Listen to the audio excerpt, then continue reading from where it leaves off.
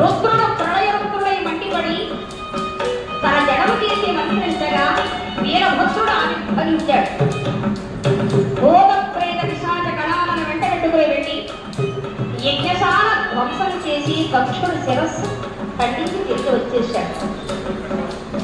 దగ్ధమైనటువంటి దాక్షాయణీ దేవి దేహాన్ని శంకరుడు శిరస్సును ధరించి మహాప్రళయకాండం చేసినప్పుడు ఆ దేహం 18 భాగాలుగా విడిపోయి ఈ భూమి మీద 18 స్థానాలు పడడం జరిగింది.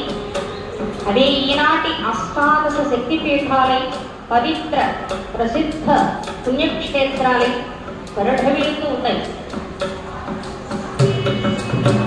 శ్రీలంకాయాం శంకరీ దేవి కామాక్షి ప్రత్యుండి శృంఖలాదేవి చాముండి ప్రపంచం అలంపురే గోకులంబ శ్రీశైలే భ్రమరాంబిక కొల్హాపురే మహాలక్ష్మి బాహుర్యే ఏకమే ఉజ్జయిన్యా మహాకాళీ విభిజ్ఞం పురుహూతి ఓఢ్యాయం గిరిజాదేవి మాణిక్య లక్ష్మణాదేవి హరిక్షేత్రే కామరూప ప్రయాగే మాధవ జ్వాలాయాం వైష్ణవీ దేవి గయా మాంగళ్య గౌరీ వారణాస్య విశాలాక్షి కాశ్మీరేషు సరస్వతి అష్టాదశ పీఠాని యోగినవద్గం సాయంకాలే పఠే నిత్యం సర్వశత్రు వినాశం సర్వరోగఫలం నిత్యం సర్వసంపత్కరం శుభం.